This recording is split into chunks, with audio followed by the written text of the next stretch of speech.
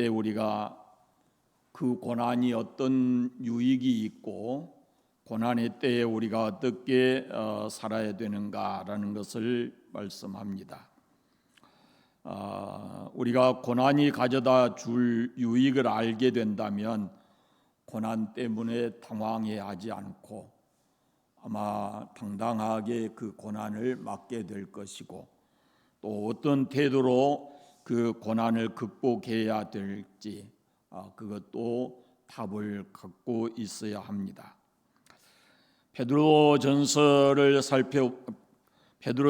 살펴보면 이 사도 베드로가 때에 대해서 참 많은 말씀을 합니다. 때 1장 5절을 보시면 너희는 말세에 나타내기로 예비하신 구원을 얻기 위하여 그랬습니다. 여기 말세라는 말이 종말의 때를 의미하는 것입니다. 1장 11절에도 자기 속에 계신 그리스도의 영이 그 받으실 고난과 후에 얻을 영광을 미리 증언하여 누구를 또는 어떠한 때를 지시하시는지 상고하니라. 여기도 때에 관한 말씀이 있고 17절 말씀에도 외모로 보시지 않고 각 사람의 행위대로 심판하시는 일을 너희가 아버지라 부른즉 너희가 나그네로 있을 때를 두려움으로 지내라. 나그네로 있을 때 말합니다. 20절 말씀에 보면 그는 창세 전부터 미리 알리신 바 된 이나 이 말세에 너희를 위하여 나타내신 바 되었으니 여기도 말세를 말씀하고 있습니다. 우리가 말세 그러면은 학자들 간의 견해는 조금씩 다를 수 있지만 대부분이 예수님이 오셨을 때부터 그가 다시 오실 때까지 이렇게 얘기를 합니다. 그러면서 지금 우리가 살아가고 있는 이 시기를 말세 지말, 말세 중에서도 끝부분에 와 있다라고 말합니다.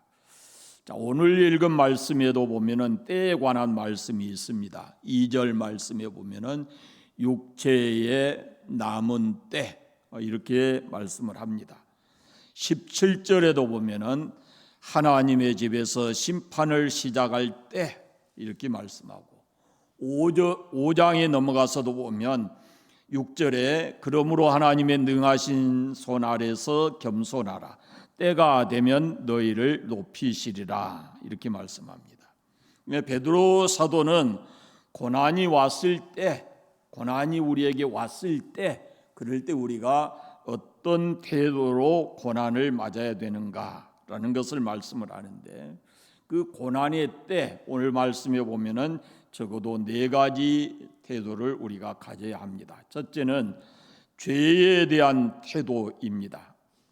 고난과 죄가 무슨 상관이 있겠는가? 그런데 고난의 원인이 죄일 수도 있고 더 나아가서는 고난 그 자체도 문제지만 자칫 고난 때문에 죄를 지을 수도 있다라는 그런 말씀입니다.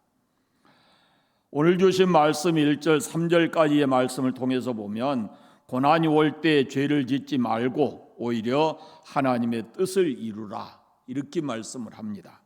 1절 말씀에 보면 그리스도께서 이미 육체의 고난을 받으셨으니 그랬습니다. 예수 그리스도께서 고난을 받으셨다라고 말씀합니다. 우리의 구주이시고 우리의 주님이신 그리스도께서 육체의 고난을 받으셨기 때문에 그를 따라가는 우리도 고난을 받을 수 있다라는 말씀입니다. 그러면서 이렇게 당부합니다. 너희도 같은 마음을 가지고 갑옷을 삼으라 라는 겁니다. 주님께서 고난을 대비해서 준비하신 것처럼 너희도 이 고난을 대비하는 갑옷을 준비하라 이렇게 말합니다.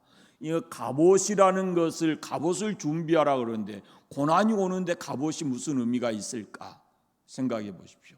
근데 이 갑옷을 입으라 이 말은 전투 태세를 갖추라 그런 뜻입니다. 고난이 다가오고 있습니다. 어떻게 하라는 말씀입니까? 그 고난에 굴복하지 말고 고난 때문에 좌절하지 말고 고난과 맞서 싸우라는 말입니다. 고난 때문에 죄 짓지 말고 오히려 더 신앙 안에서 굳게 서서 믿음으로 삶을 살라라는 그런 말씀입니다. 주님을 생각해 보십시오. 주님 어떻게 육체의 고난을 받으셨습니까? 주님 그 고난을 받으시면서 불평하거나 원망하거나 죄를 범하지 않으셨거든요. 오히려 주님은 고난이라는 것이 하나님의 뜻 가운데서 온다, 이게 하나님의 뜻이다라는 것을 생각하고 그 고난을 기꺼이 받아들인 것을 보게 됩니다. 더군다나 주님은 자신의 죄 때문에 고난을 받으신 것이 아니고 인류의 죄, 우리의 죄 때문에 주님께서 고난을 받으셨습니다. 그렇다면은 나의 죄 때문에 주님께서 고난을 받으셨는데 내가 어떻게 그를 믿는 신앙을 가지고 살아가면서 전혀 고난이 없는 삶을 살기를 바라는가? 또 고난으로 인해서 적당히 타협하고 죄를 지을 수가 있겠는가? 그분이 나의 죄를 위해서 십자가에 죽고 고난을 받으셨는데 내가 이 고난이 힘들다 그래서 예수 그리스도의 은혜를 저버리고 죄를 지을 수가 있겠는가? 라는 말씀입니다. 그래서 그리스도께서 이미 육체의 고난을 받으셨으니 너희도 같은 마음으로 갑옷을 삼으라. 이는 육체의 고난을 받은 자는 죄를 그쳤음이라 라고 말씀합니다. 예수 그리스도께서 육체의 고난을 받으심으로 우리가 죄로부터 해방이 되었어요. 그러면 거꾸로 우리가 고난 때문에 죄를 지으면 그것은 주님이 얼마나 아파하시겠는가 라는 것을 생각해 봐야 합니다.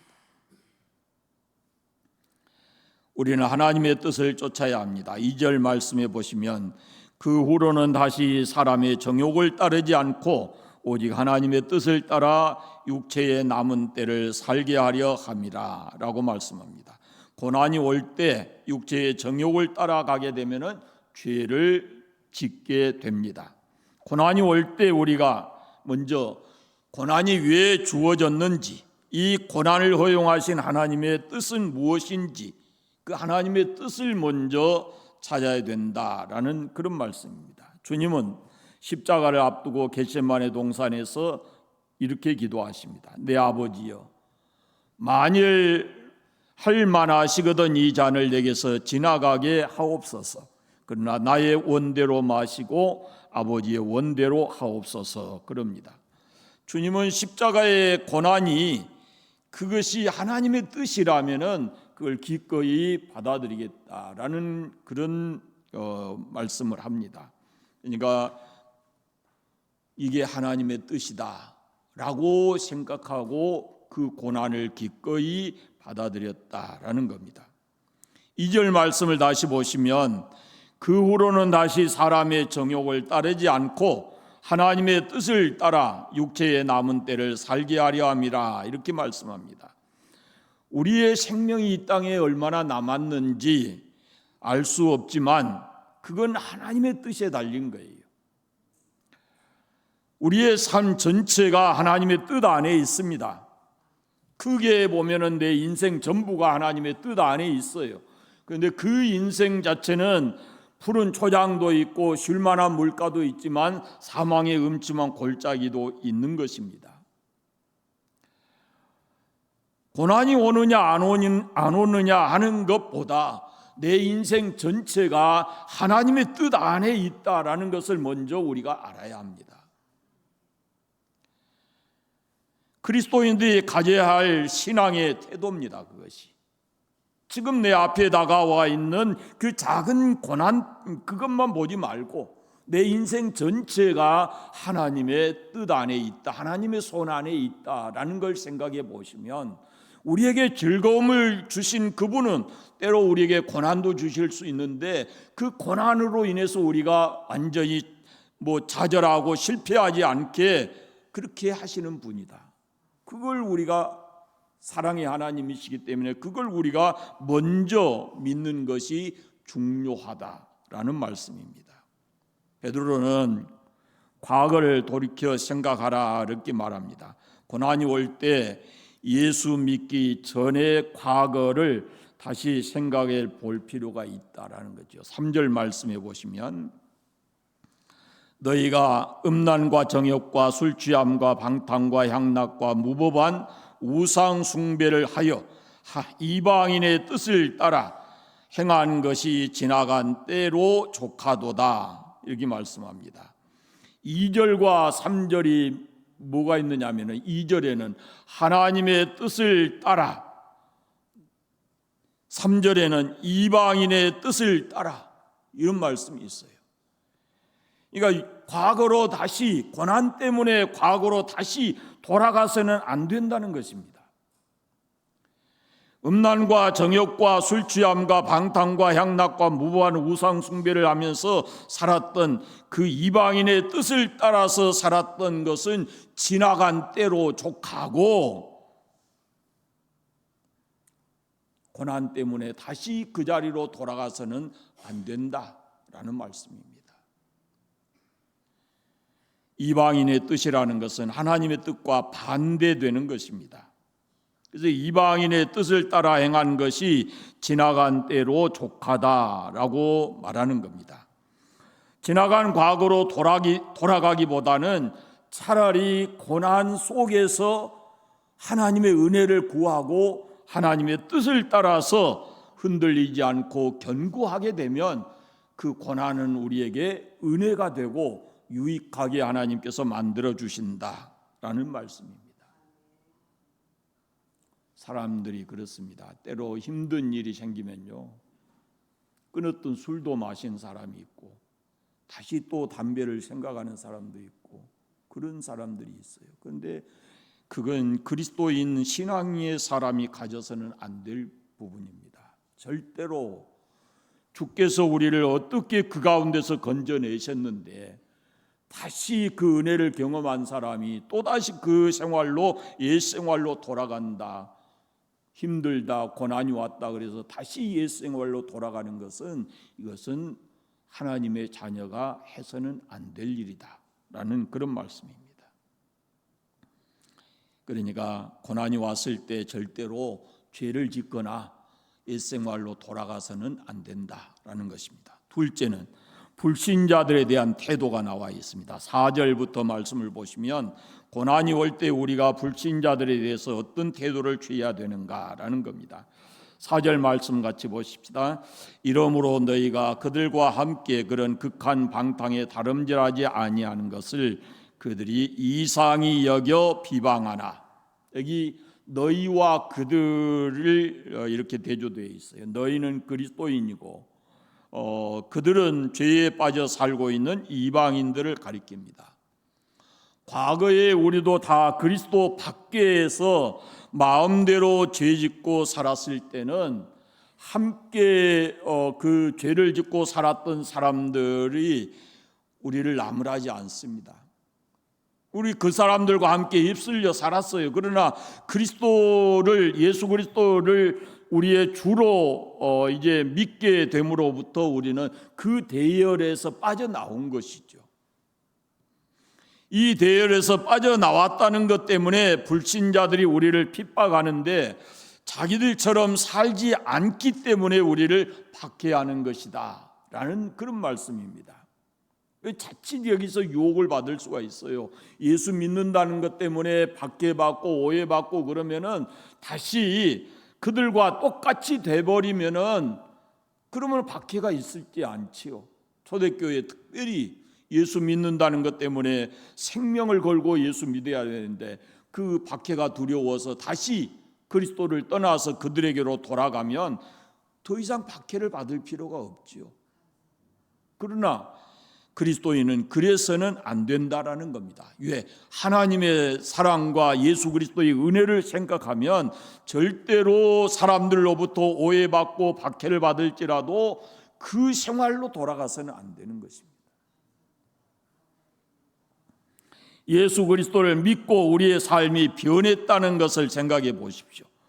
지난날의 음란과 정욕과 술취함과 방탕향락, 무법한 우상숭배에 빠져 살았던 그 삶이 지금 예수 그리스도 안에 와서 보니까 그 삶이 얼마나 엉망이었고 우리 인생이 그렇게 살아온 것이 얼마나 후회스럽느냐 그 말이죠. 그런데 다시 너에게 예수 믿는다는 것 때문에 고난이 좀 온다 그래서 다시 그 불신자들의 모습으로 되돌아간다라는 것은, 이것은 하나님의 자녀, 하나님의 은혜를 경험한 사람은 결코 해서는 안 되는 일이다 라는 것입니다. 핍박을 받을지라도, 불신자들로부터 핍박을 받을지라도 끝까지 예수 그리스도의 십자가 붙들고 믿음을 지키면서 살아가야 하는 것입니다. 그것이 우리의 신앙입니다. 5절 말씀을 보시면 그들이 산자와 죽은 자 심판하시기로 예비하신 이에게 사실을 직고하리라 그럽니다. 여기 그들은 불신자를 말합니다. 기독교인을 박해하는 사람들을 말합니다. 그들이 박해할 때는 그들이 당당하고 승리자처럼 여겼지만 마지막에는 심판주 되시는 그분 앞에서 사실대로 다 고하게 된다라는 것입니다. 산자와 죽은 자를 심판하시는 심판자 앞에 서서 자신들의 삶을 후회하고 그리스도인들을 박해했던 그 삶을 후회하고 아마 이를 갈면서 슬피 올 때가 반드시 온다라는 말씀입니다. 6절 말씀을 한번 같이 읽어보겠습니다. 6절 이를 위하여 죽은 자들에게도 복음이 전파되었으니 이는 육체로는 사람으로 심판을 받으나 영으로는 하나님을 따라 살게 하려 함이라. 아멘.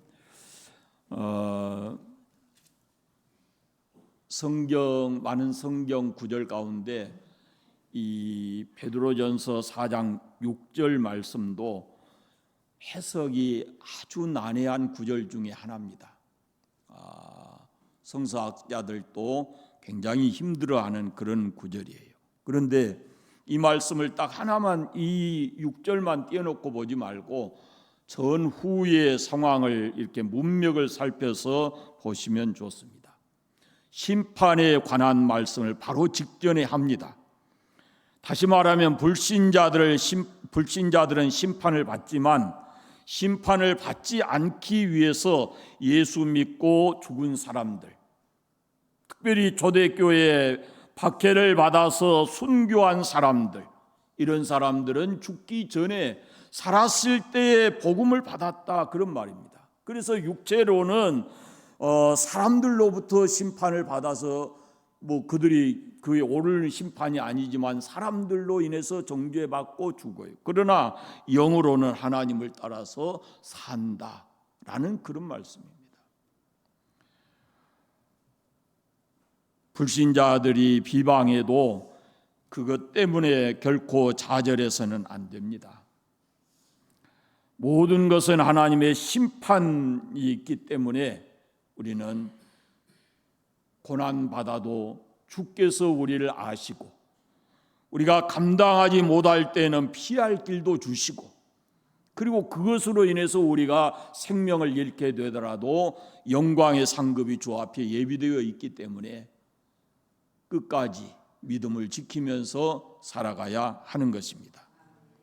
세 번째, 고난이 왔을 때 취해야 될 태도는 하나님께 대한 태도인데 7절 말씀 이하에 보면은 하나님을 향한 우리의 태도가 어떠해야 되는지 말씀합니다. 만물의 마지막이 가까웠으니 그러므로 너희는 정신을 차리고 근신하여 기도하라 그럽니다. 고난이 왔을 때 우리가 해야 될 일이 뭐냐면은 기도하는 것이다 라는 거죠. 그런데 기도할 때 어떻게 해야 되는가? 정신을 차리고 근신하며 기도하라. 근신하여 기도하라. 이렇게 말씀합니다. 고난이 마지막 때가 되면은 사람들이 혼란스러워져요. 마지막 때가 되면. 그러나 예수 믿는 사람들은 자기 개인의 마지막이 올 때도 자기 신앙을 경건하게 돌아봐야 되고 또 혹시라도 주변에 어떤 큰 환난과 고난이 왔을 때도 그리스도인들은 정신을 잃어버리면 안 됩니다. 정신을 차리고 하나님께 기도해야 된다라는 그런 말씀입니다. 그 다음에 네 번째 마지막으로는 성도들에 대한 태도입니다. 8절 말씀 보시면 서로 사랑하라 그럽니다. 고난이 오게 되면 서로 사랑하기가 쉽지 않습니다. 사랑이 식어집니다. 그래서 그리스도인에게 고난이 왔을 때 더 힘써 사랑하라 이렇게 말씀을 합니다. 초대교회 성도들은 고난 속에서 사랑을 나누었습니다. 지금도 로마나 투르키예 지방에 가면은 카타콤들이 있습니다. 땅 속에 신앙을 지키기 위해서 박해자들을 피해서 땅 속으로 깊이 들어가 숨는 그런 거예요. 그런데 그 안에 들어가면 먹을 게 뭐가 있습니까? 없어요. 그러면은 히브리서 11장에 있는 대로 이 사람들이 짐승의 가죽을 쓰고 뭐 짐승처럼 나와가지고 자기 생명의 위험을 걸고 그 안에 있는 힘없는 사람들을 위해서 자기 생명을 걸고 식량을 구하러 가는 거예요. 사랑이 아니면 할 수 없는 일이다 그런 말입니다. 무엇보다도 뜨겁게 서로 사랑하라 그러는데 사랑하되 뜨겁게 사랑해야 된다. 사랑은 허다한 죄를 덮기 때문이라고 말씀합니다. 잠언 10장에 보면은 미움은 다툼을 일으켜도 사랑은 모든 허물을 덮느니라 가리우느니라 이렇게 말씀을 합니다. 여러분 성경을 보시면 사단이 할 수 없는 일이 있어요.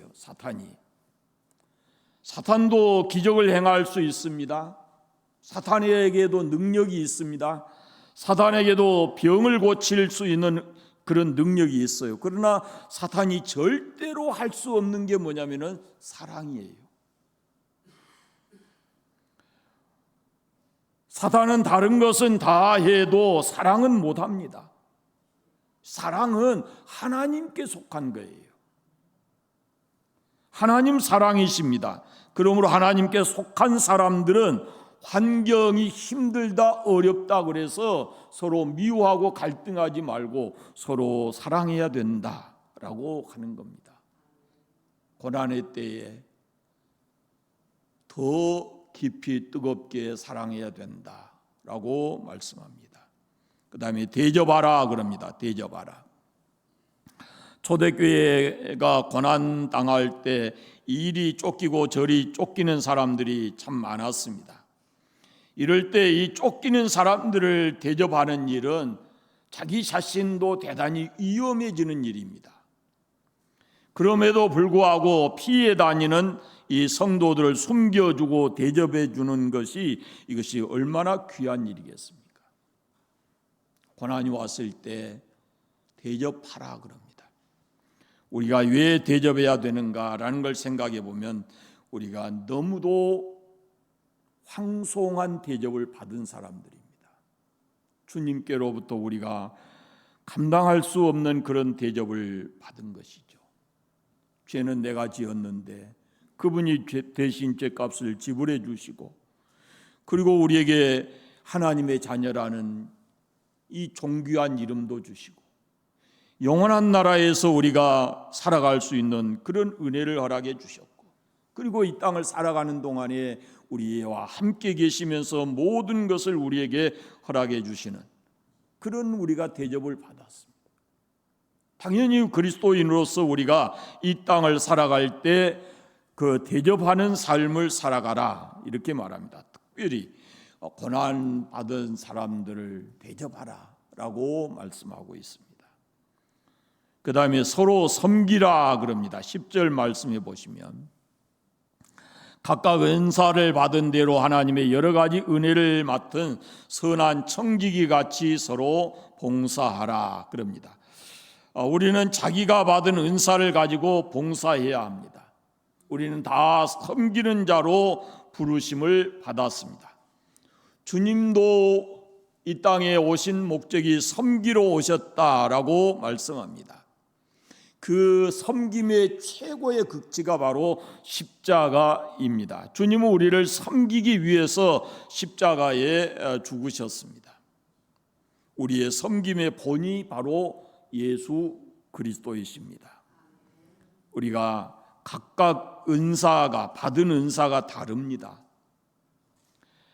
그러므로 자기가 받은 고유한 은사를 가지고 서로 섬겨 주어야 된다라는 겁니다. 각각 은사를 받은 대로 봉사하라, 그렇게 말씀합니다. 은사 받지 않는 부분에 억지로 봉사하는 거, 이거 하나님의 뜻이 아닙니다. 자기가 받은 은사를 가지고 자기 일을 해야 하는 것입니다.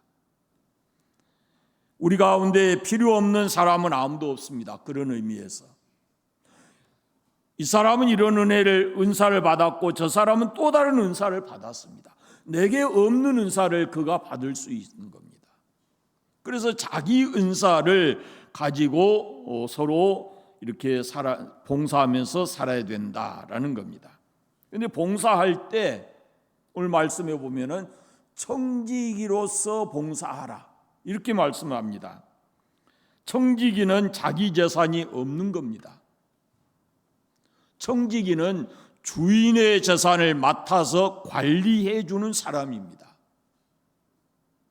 그러니까 주님께서 우리에게 이 은사를 주시는 거 봉사하게 하실 때 청지기 정신으로 봉사하라, 이렇게 말씀하고 있어요. 그 다음에 하나님의 영광을 위해서 봉사하라, 이렇게 말씀을 합니다. 우리가 서로 봉사하는 목적이 무엇이냐면은 하나님의 영광을 위해서입니다. 11절 말씀해 보시면, 만일 누가 말하려면 하나님의 말씀을 하는 것 같이 하고 누가 봉사하려면 하나님이 공급하시는 힘으로 하는 것 같이 하라, 그럽니다. 봉사 생활의 원칙은 하나님께서 내게 주신 은사를 가지고 청지기 정신으로 하나님의 영광을 위해서 봉사해야 된다라고 말씀하고 있습니다. 이것이 고난을 맞으면서 성도들이 서로 봉사해야 될 삶의 태도다라고 하는 겁니다. 성도들이 고난 앞에서 어떻게 해야 되는가? 서로 사랑하고 서로 대접하고 서로를 섬겨주면서 자기 받은 은사대로 봉사하면서 살아가라, 이렇게 말씀하고 있습니다. 여러분, 고난의 시간이 고난의 때가 언제 우리에게 올지 아무도 모릅니다. 고난의 때, 반드시 이 때가 온다라는 말은 가능성도 있고 또 그것이 없을 수도 있어요. 고난의 때는 우리에게 찾아올 수 있습니다. 우리가 예수 그리스도를 믿고 살아가는 그리스도인이지만 우리에게도 고난의 때가 올 수 있습니다. 성경에 곳곳에 말씀되어 있거든요. 그러니까 그럴 때 우리가 어떻게 해야 되는가, 그 고난을 고난의 의미를 어떻게 해석할 것이고 그 고난을 받을 때 우리가 어떤 태도로 살아가야 되는가라는 것을 이 베드로서를 통해서 여러분이 답을 얻으시고 고난이 와도 그리스도인으로서 당당하게 그렇게 믿음을 지키며 살아가시기를 바랍니다. 기도하겠습니다. 감사합니다. 하나님 아버지, 우리가 이 땅을 살면서 하나님의 은혜를 매일매일 경험하며 살지만 또 한편으로 우리가 한없이 연약한 사람인 것을 깨닫습니다. 작은 일에도 실망하고 낙심하고 좌절할 때가 너무 많이 있습니다. 전능하신 아버지, 고난이 왔을 때 우리가 그 고난을 어떻게 해석할 것인지, 고난의 때에 우리가 어떤 태도를 취할 것인지 말씀을 통해서 우리를 깨닫게 하시고, 능히 고난이 왔을 때도 실족하지 않고 좌절하지 않고 믿음을 지키면서 하나님께 영광 돌려드리는 저희들 되게 하여 주시옵소서. 아버지, 우리의 삶이 푸른 초장과 실만한 물가같이 되기를 원합니다.